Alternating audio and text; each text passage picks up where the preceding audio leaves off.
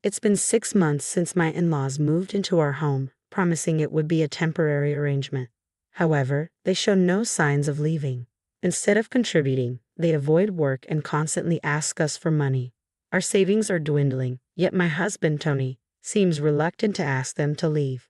Whenever I glance up, I catch my father-in-law and mother-in-law smirking at me, pushing me to the brink of my patience. If they think they can mock me without consequences, they're sorely mistaken. My name is Anna. I'm 35 years old and have been married to Tony for 5 years. We met at our favorite bar and got married after dating for 18 months. We've faced our share of challenges, but overall, life has been good. Tony, what time do you think you'll be home today? I asked, trying to keep my frustration in check. Maybe around 7 o'clock p.m. I might have to work late today.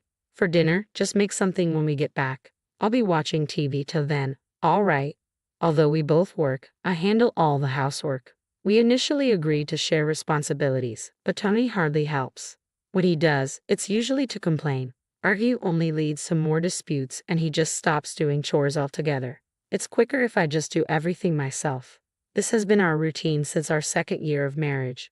Then one day, I came home from work to find Tony deep in conversation on the phone. Oh, okay, that's fine with me. Got it, I'll let Anna know. Talk later. He hung up and I asked, who was that? Oh, that was Dad and Mom. Apparently, they got a leak in their house. A leak? Especially during this rainy season? Yeah, and they want to stay with us for a while. Stay with us? You mean move in? Well, we do have the extra room. It's not a big deal. Are you kidding me? I don't want to live with them, especially not those two. I'm not thrilled about living with my in-laws for a reason. They're terrible with money. My father-in-law is obsessed with the lottery despite having a stable job. My mother-in-law works part-time just once a week.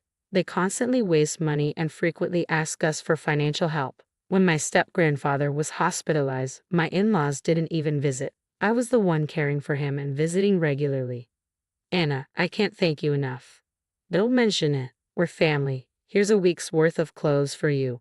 Always so kind. If my family ever causes any trouble, let me know right away. I'll take care of it. Thank you. I just hope things get better soon. I'll repay your kindness someday. After his release, my step-grandfather, disillusioned with my in-laws, asked them to leave. With nowhere else to go and minimal savings, they ended up renting a cheap apartment. So when Tony refers to the parents' house, he's talking about the apartment my in-laws moved into. Their behavior is so troubling that even their own parent disapproves, which makes me all the more anxious about having them live with us. I'm sorry, but I can't just let them move in all of a sudden, I told Tony firmly. What? I understand they're in trouble, but remember when they asked us for money for living expenses? If they move in with us, they'll depend on us even more. Don't worry, I'll talk to them about it. Talk to them. What exactly will you say? I'll suggest they each cover their own expenses. That should work, right? But you want them to stay in a house with a leak? That's not what I meant. Tony gave me a stern look, and I felt a pang of guilt. I don't want to be cold to my in-laws, but given our past, I'm apprehensive about living together. Still, I can't just abandon them. Reluctantly, I agreed to Tony's plan. Okay, but just until the leak is fixed, right? Yeah, I guess so. So, it's temporary. That's what I said. They're struggling. They'll be here tomorrow. Got it, but make sure you talk to them about handling their own expenses, okay? Tony rolled his eyes and said, yeah. What's with the attitude? After all the concessions I've made, this is how he responds. All I can do now is hope the repairs get done quickly. The next morning, while it was still early, the doorbell rang. I answered the door to find my parents-in-law standing there. Hi, Anna. Good morning. Anna, it's been a while. Shall we come in? Father-in-law, mother-in-law, I thought you were coming later today. Well, we were going to buy some lottery tickets first, but we spent all our money yesterday. I had planned to use the winnings for a salon visit, but now look at this mess. I couldn't believe it. If they'd spent all their money, just how much had they wasted on lottery tickets? Could they really manage their own expenses? My anxiety was through the roof from the start, and as I feared, my worries soon came true. 2 weeks in, I opened the fridge to find it completely empty, no eggs, bacon, veggies, or even bread. Wait, what happened? All the food was here last night. Mother-in-law, coming down the stairs looking groggy, asked Morning Anna. Is breakfast ready? No, because all the food from the fridge is missing. Did you? The fridge, the eggs, the bacon, the bread. I was saving that for breakfast. I couldn't hide my frustration. Mother-in-law's face brightened. Oh, we had that as a midnight snack. You ate everything as a midnight snack. We were hungry. Me, your husband, and Tony. We just cooked up what we found. Without asking me, it's not just about being family. I had plans for that food. Well, I'm hungry now. I've already told you, since you ate everything, there's nothing left for breakfast. So now it's our fault. Maybe if you stocked up better. What? Just get something for breakfast now. I was fuming at mother-in-law's selfish comments. The idea of shopping for breakfast ingredients when I was about to head to work was ridiculous. I quickly got dressed and left for the office without saying a word. Soon after, I started receiving angry text messages from both Tony and mother-in-law. Where are you? Husband and Tony are up. Hey Anna, where did you go? My parents are hungry. You didn't go to work, did you? What about our breakfast? Anna, don't ignore mom's messages. It's rude.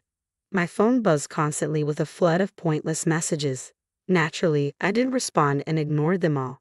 When I returned home, Tony and my in-laws were there, arms crossed and visibly upset. Waiting for me, Tony glared at me and spoke with frustration. Anna, what the hell? What? Mom and Dad were starving because you ate everything. And wasn't the agreement that we all contribute to living expenses? Yet I'm paying for everything. Stop making a fuss every time. So you see, it's not just a fuss. This is important, and the living expenses. Well, that was your idea. Enough. I'll cover Mom and Dad's expenses. Just take care of the housework, okay? After shouting at me, Tony stormed off to the living room. My in-laws stood there, smirking at my expense. Why am I being blamed for everything? This whole mess started because of them, not me. From that day forward, their condescending attitudes only seemed to increase. Despite my mounting frustration, I tried to manage each day as best I could. Then 6 months into living with my in-laws, I checked our joint bank account for the first time in a while and was stunned by what I saw. What? What's going on? Nearly $20,000 is missing. The balance was far lower than the last time I checked.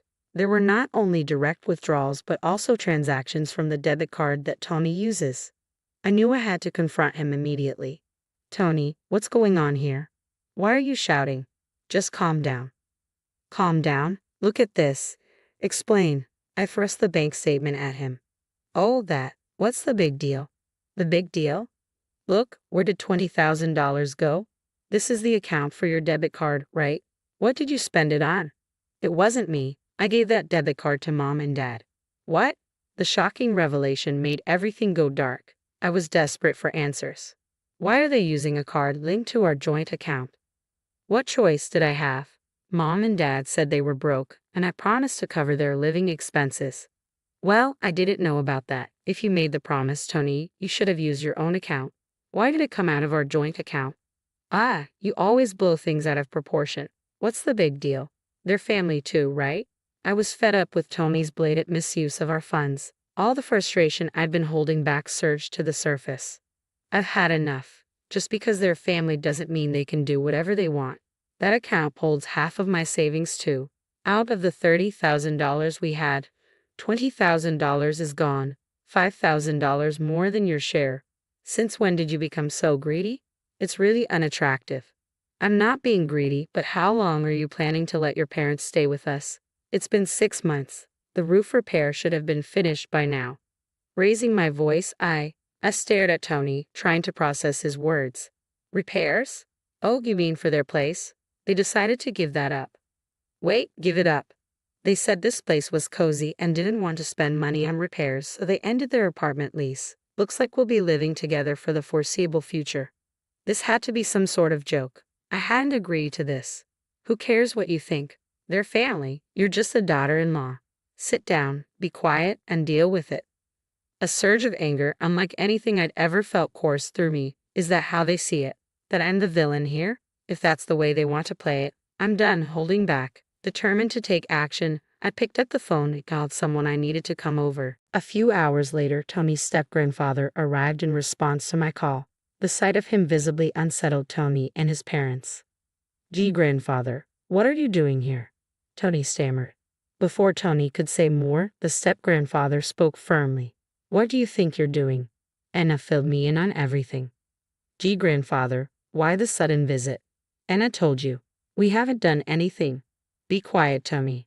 How could you, as her husband, not protect Anna from this mess? And you too, what kind of parents are you to behave like this? Tony's parents quivered under the step-grandfather's intense gaze. Dad, you don't understand. There's a reason. No, no, no, father-in-law. Anna's just making things up. Just making things up. You've been spending Anna's savings without asking. Calm down, Dad. Our apartment had a leak, so we... Exactly. We only intended to stay here till the repairs were completed. Right. Anna says you left the apartment without informing her. Should I contact the realtor to verify? Dad, wait, it's not as simple as that. We've got a situation. Frustrated, the step-grandfather interrupted. You all need to stop this. You might think you can do whatever you want because I'm not around, but you're mistaken. I'm glad I exchanged contact details with Anna for situations like this. Dad and Anna exchanged contacts. When? Be quiet. Do you understand how generous Anna has been up to now? Yes, we're sorry. Listen, if you've ever caused trouble for Anna again, I won't hesitate to cut ties with all of you and expose your disgrace to the entire family. Do you understand? Yes, we understand. We won't do it again. Please forgive us. Tony's parents, tearful and desperate, pleaded for mercy as the step-grandfather made his demands clear. You have 1 month to repay every cent of Anna's money. If not, I'll sever all ties, and Tony, from now on, I'll be living here with you. Any objections? Live here with you. Got a problem with that, Tony? The step-grandfather pressed. No, not at all. Tony and his parents were visibly shaken by the step-grandfather's words. Afterward, the step-grandfather had Tony's parents removed and took on the role of guardian, moving into our home. Meanwhile, Tony's parents rented a cheaper apartment and are now working hard to repay the money they owe me. The father-in-law can no longer indulge in his lottery fantasies, and the mother-in-law has had to increase her part-time work to 5 days a week. Without the luxury of free spending, they are clearly struggling. Since the step-grandfather moved in, Tony has stopped making demeaning remarks toward me entirely. If Tony even tries to complain, the step-grandfather is quick to step in. Tony, don't act superior in front of Anna. Grandfather, that's not what I meant. I heard you talking back to Anna. I'm sorry, I won't do it again. If you dare repeat that behavior, you'll face the same consequences as those other two. Please just spare me. From that point on, Tony began helping with household chores, which significantly eased my workload. Thanks to his increased contribution, my stress levels decreased, allowing me to focus more on my job. Step-grandfather, I can't thank you enough. It's nothing, the step-grandfather said with a wave of his hand. Remember when I was hospitalized 5 years ago? You were the only one who came to visit. It meant a lot, especially since you had just gotten married. It was the right thing to do as family, I replied. That's how I feel too. I just wanted to help my troubled family. I'm deeply grateful to the step-grandfather for rescuing me from this situation. I hope to support him in any way I can in the future.